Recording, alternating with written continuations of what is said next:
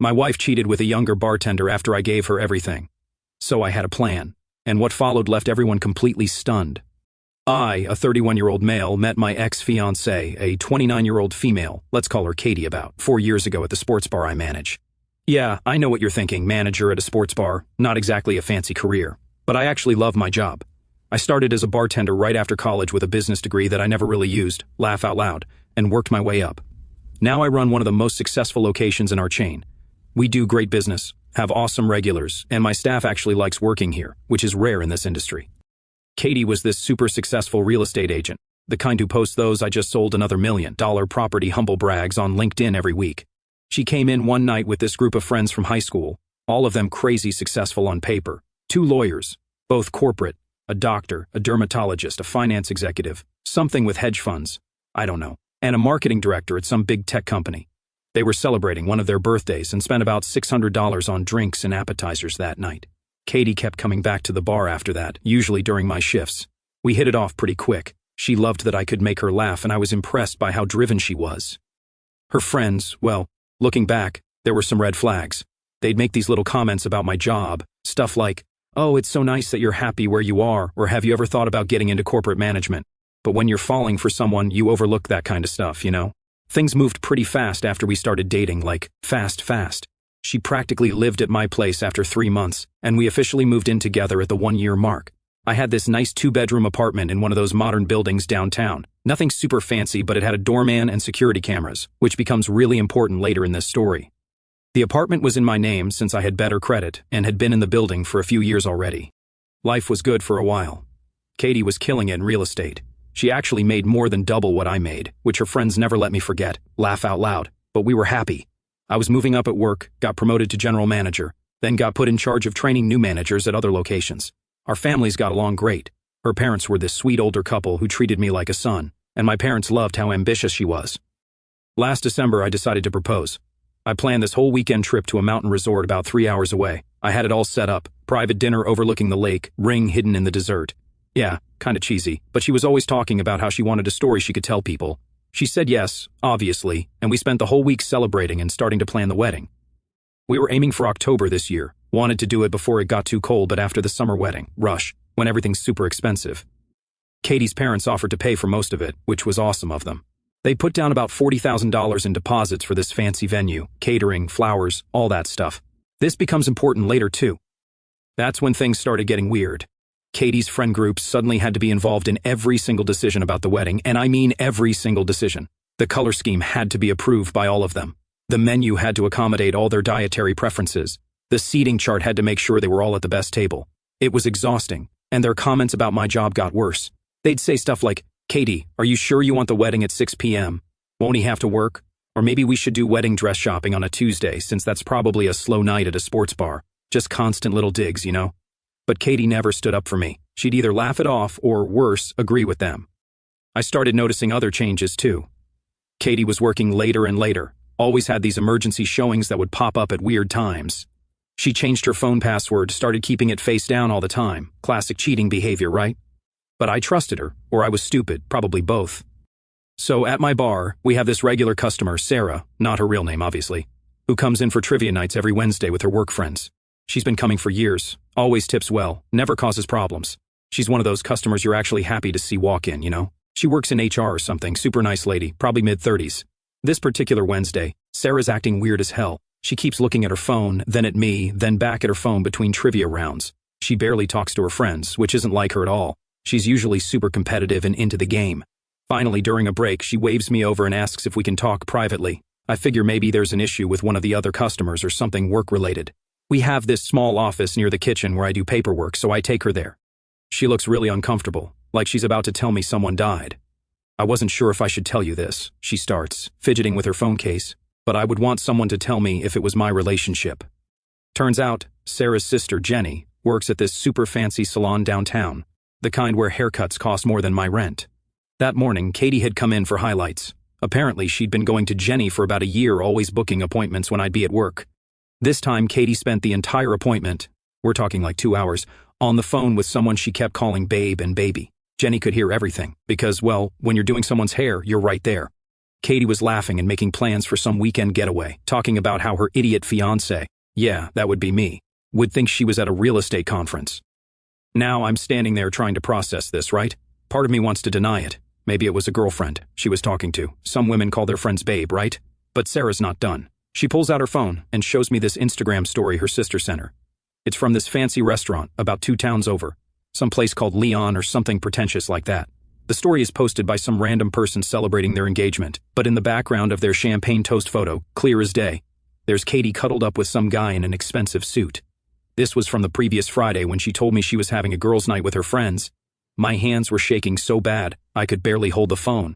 The timestamp on the story was 9:47 p.m. At 9:52 p.m. that same night, Katie had sent me a selfie of her at home with face masks with her friends. She had literally staged a fake girls' night photo to cover her date. I thank Sarah. Like, what else do you say to someone who just blew up your entire life? She apologized probably 20 times, kept saying she felt terrible. I told her she did the right thing, comped her group's tab for the night, my owner is cool about stuff like that, and went back to work. I had like 5 hours left in my shift, just running on autopilot, my mind racing. Instead of confronting Katie right away, I decided to do some digging. We had this shared iPad at home that we mainly used for watching Netflix in bed. Katie had logged into her iCloud on it when her phone was getting repaired a few months back, and I guess she forgot about it. That night, after my shift, while she was sleeping at her friend's house, yeah, right, I opened the iPad. Holy hell, there were hundreds of messages between her and her ex, Michael, fake name. This wasn't some random affair. They'd been hooking up at this fancy hotel near his office for months, like since February. The messages were graphic. I'll spare you the details, but it wasn't just sex stuff. They were making fun of me, planning their future together, talking about how they'd do it right this time. The worst part? All her friends knew. Every single one of those successful professionals was actively helping her cheat. The group chat was full of them giving her advice on how to hide it better, making jokes about my job. At least Michael can afford a real restaurant, not just bar food. Coaching her on what to say if I got suspicious. They were actually telling her to wait until after the wedding to leave me because she'd get more money in the divorce. I screenshotted everything, sent it all to my email, backed it up to my Google Drive, even took photos of the iPad screen with my phone just in case. The messages went back months. Every girls' night, every work event, every real estate conference, she was with him. And her friends weren't just covering for her, they were actively helping plan these meetups. There was even a message from the night I proposed. While I was nervously waiting for our dinner reservation, practicing my speech in my head, she was texting him, "Don't worry, baby, this doesn't change anything, it's just business. You're the one I really love." I didn't sleep that night, just sat in our living room reading through 4 months of lies, trying to figure out how someone could be so cruel. How do you sleep next to someone every night, plan a future with them, while actively plotting to destroy them? The next evening when she came home from showing houses, another lie, the messages showed she'd been at his place. I was ready. I didn't yell, didn't cry, just handed her the iPad, open to their messages. So there I was, sitting in our living room when Katie came home around 7 p.m. She bounced in, all happy, talking about how she showed 3 houses today. Narrator, she did not show any houses that day. I let her ramble for a minute while she put her stuff down. She even had the nerve to ask what I wanted to do for dinner, like everything was normal. I'd spent the whole day rehearsing what I was going to say, but when the moment came, I couldn't even speak. I just handed her the iPad, already open to her messages with Michael. She tried playing it cool for about 2 seconds, going, "What am I supposed to be looking at?" Then she saw the date on the messages and literally dropped the iPad on our coffee table. You guys ever see someone's face just change, like their whole mask just drops? That's what happened. She went from confused to panicked to angry in like 5 seconds flat. She started screaming about how I invaded her privacy and had no right to look at her messages. Like, seriously, that's what you're worried about? I stayed quiet. Thank God for bartender experience and keeping your cool. Just kept scrolling through messages while she freaked out. I got to the ones from the night I proposed, handed her the iPad again, and said, "Read that one out loud." She wouldn't. She started crying instead, but not sorry crying. This was full-on manipulation crying, you know, the type where they're trying to make you feel bad for catching them. She kept saying it was just a mistake and didn't mean anything, and how Michael was her past, but I was her future. Spoiler alert, according to the messages I'd read, I was her meal ticket until she could divorce me for more money. Here's the best part, she actually tried to blame me. She said I was emotionally unavailable because I work nights at the bar, said she was lonely, and Michael understood better because they came from similar backgrounds. Then she dropped this gem: "If you hadn't gone through my private messages, we could have been happy." That's when I lost my cool a bit, not yelling, but definitely not calm anymore. I asked her if we could have been happy while she was letting her friends plan our wedding and her divorce at the same time. I asked her how many of our special moments she'd ruined by texting him right after. Our engagement, holidays, birthdays. There were messages to him within hours of every single one. She switched tactics fast, faster than a politician during election season. Suddenly, it was all, but the wedding deposits. My parents already paid for everything. What will people think? Not one word about actually being sorry or loving me, just worried about money and appearances. I told her the wedding was obviously off and gave her 30 days to move out. I made sure to say, as per our state's tenant laws, because I'd Googled that stuff during the day. Even though she wasn't on the lease, she'd lived there long enough to have tenant rights. I was pissed, not stupid. That's when she pulled out her phone. I figured she was calling her mom or something. Nope, she was texting the group chat. Remember those successful, professional friends? Yeah, she was calling in the cavalry. "You're going to regret this," she said, typing away. "You have no idea who you're messing with." I actually laughed. Like, what was this, a bad mob movie?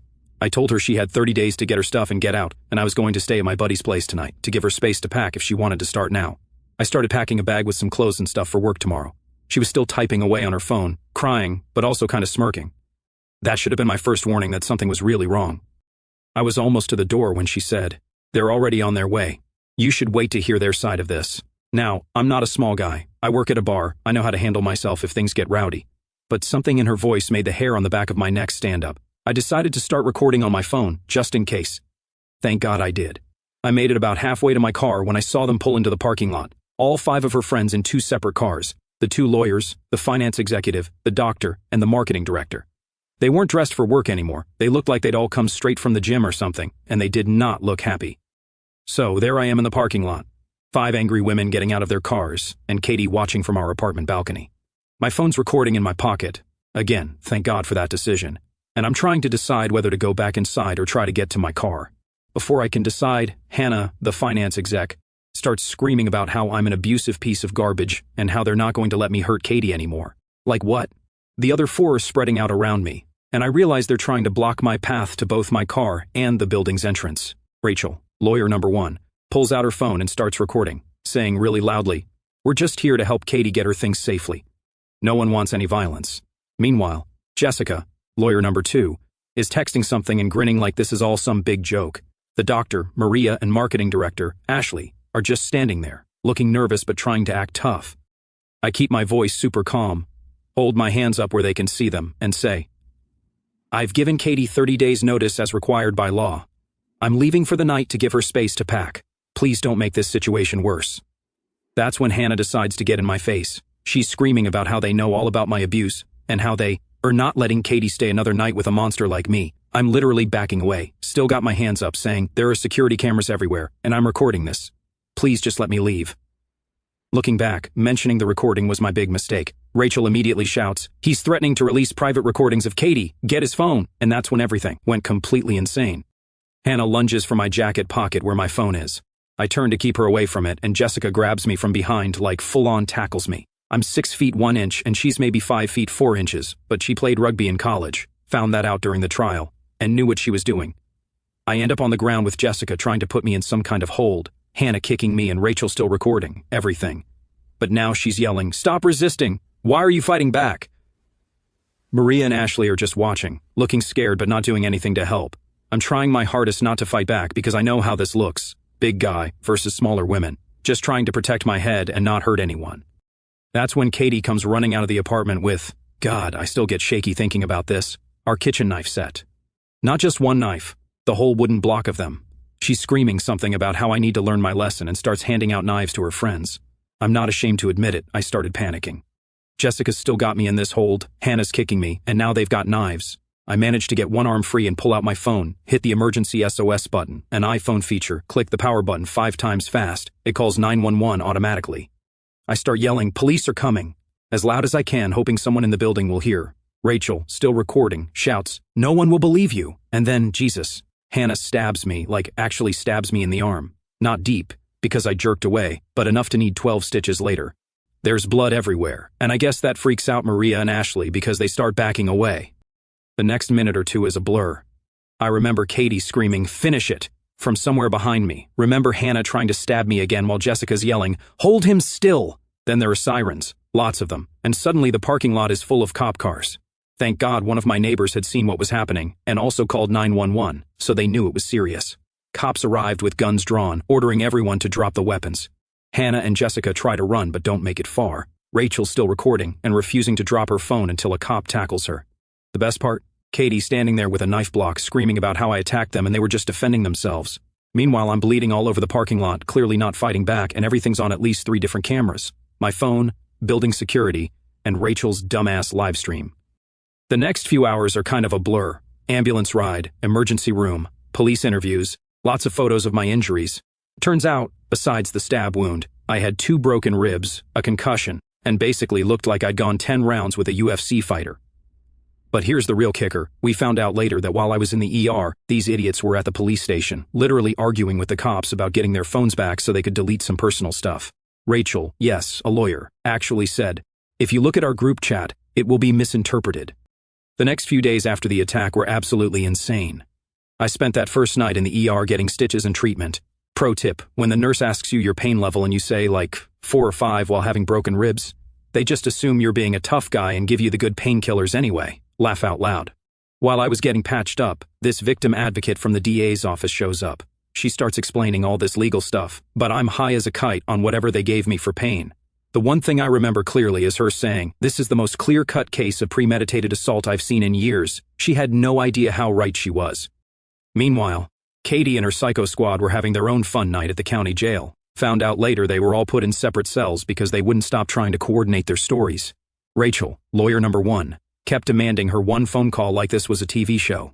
Jessica, lawyer number 2, tried to pull the "do you know who I am" card. Hannah, the one who stabbed me, apparently had a full meltdown when they took her designer jacket as evidence because it had my blood on it. Here's where it gets good. Remember how I mentioned Rachel was recording everything? She was actually live streaming to their private Instagram group. The cops got a warrant for all their phones and social media. They found everything. Not just the attack, but months of them planning stuff like this. The group chat was a gold mine. These sophisticated professionals had literally written out their plan. Wait for Katie to provoke me into getting mad. Record me being abusive, aka defending myself. Edit the videos to make me look bad. File false domestic violence charges. Get me arrested and evicted from my own apartment. Help Katie move in with Michael, her ex, while I was in jail. Wait for the wedding date to pass. Have Katie file for divorce claiming emotional distress. Use the edited videos to get a bigger settlement. They had it all planned out like some kind of psycho PowerPoint presentation. There were even messages about which angles would be best for filming and who would do what. The best part? They were using their work phones. These geniuses used their corporate phones to plan an assault. But wait, it gets better. 2 days after the attack, while I'm still in the hospital, Katie shows up at my work. She starts telling my staff and customers that I'm abusive, that I attacked her friends, that everyone needs to know the truth about me. My assistant manager, shout out to Dave, you're a real one, got it all on security cameras and called the cops. She did this 3 more times before the cops finally arrested her for violating the emergency restraining order they had put in place. Each time, she'd bring a different friend, Maria and Ashley, who weren't in jail, to witness her telling her story. They filmed it too, probably thinking they were gathering evidence. Spoiler alert, those videos ended up being used against them instead. Then Michael, remember him, the lawyer boyfriend, gets involved. This genius starts sending threatening emails to me and the cops who arrested his girlfriend's friends. We're talking full-on movie villain stuff. You don't know who you're dealing with, and I have friends in the DA's office, and this will all go away if you drop the charges. He sent these from his law firm email, a licensed attorney, threatening a victim in law enforcement, from his verified work email. The DA's office was practically salivating when they got those. About a week after the attack, their high-powered defense attorneys show up for the bail hearing, looking like they just walked off a TV show set, all confident and smug, talking about their clients' stellar reputations and community standing. The judge was this older guy, looked like he was about to fall asleep during their whole speech.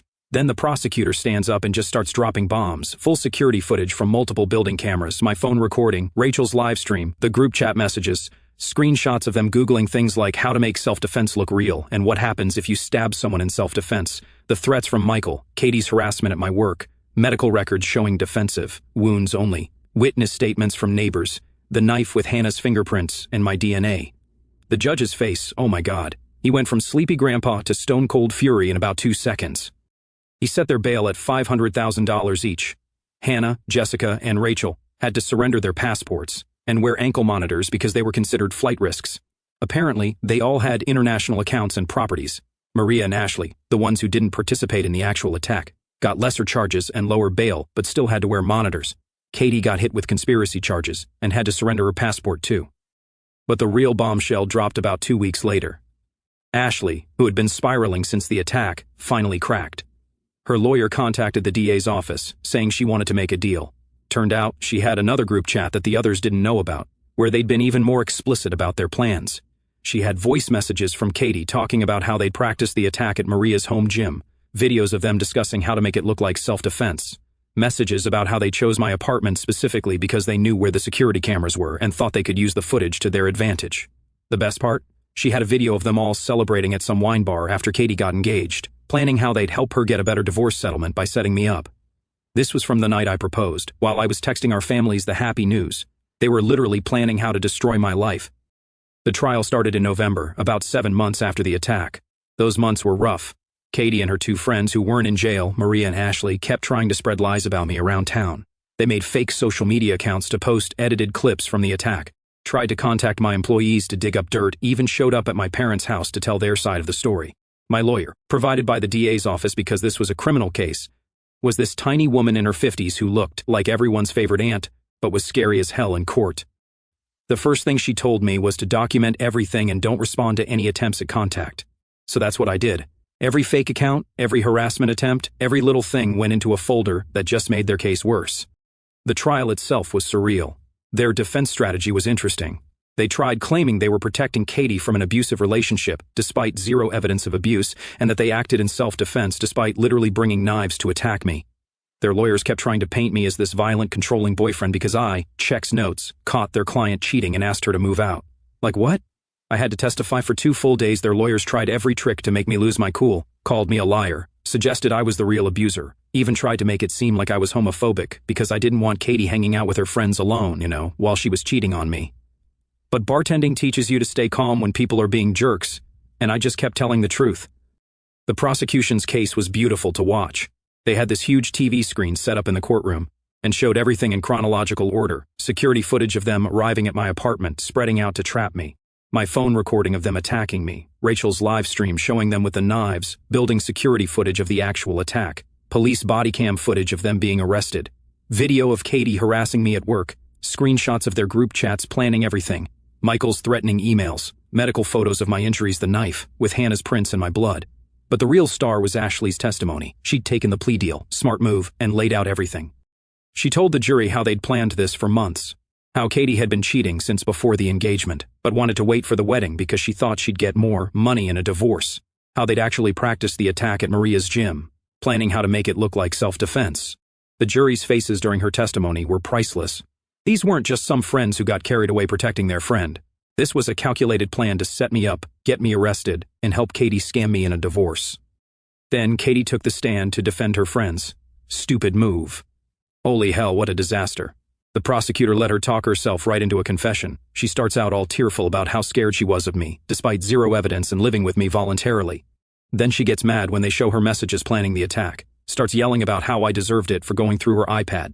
The worst part? She accidentally mentions that Michael, remember him, the lawyer boyfriend, had helped her write the fake police report about me being abusive. On the stand, under oath, the prosecutor's eyes lit up like it was Christmas morning. Their defense fell apart after that. The jury took only 6 hours to find them guilty. Hannah, Jessica, and Rachel, the Stabby Squad, got convicted of attempted aggravated assault, conspiracy, and a bunch of other charges. Maria got convicted of conspiracy and accessory charges. Ashley's plea deal got her just probation since she testified. The sentencing hearing was something else. The judge was not happy, called it one of the most calculated and malicious cases he'd seen in 30 years, said their status as legal professionals made it worse because they knew what they were doing was wrong. Hannah, Stabby McSaberson, 36 months in state prison, no parole for 24 months, 5 years probation after. Jessica, rugby tackle lawyer, same as Hannah.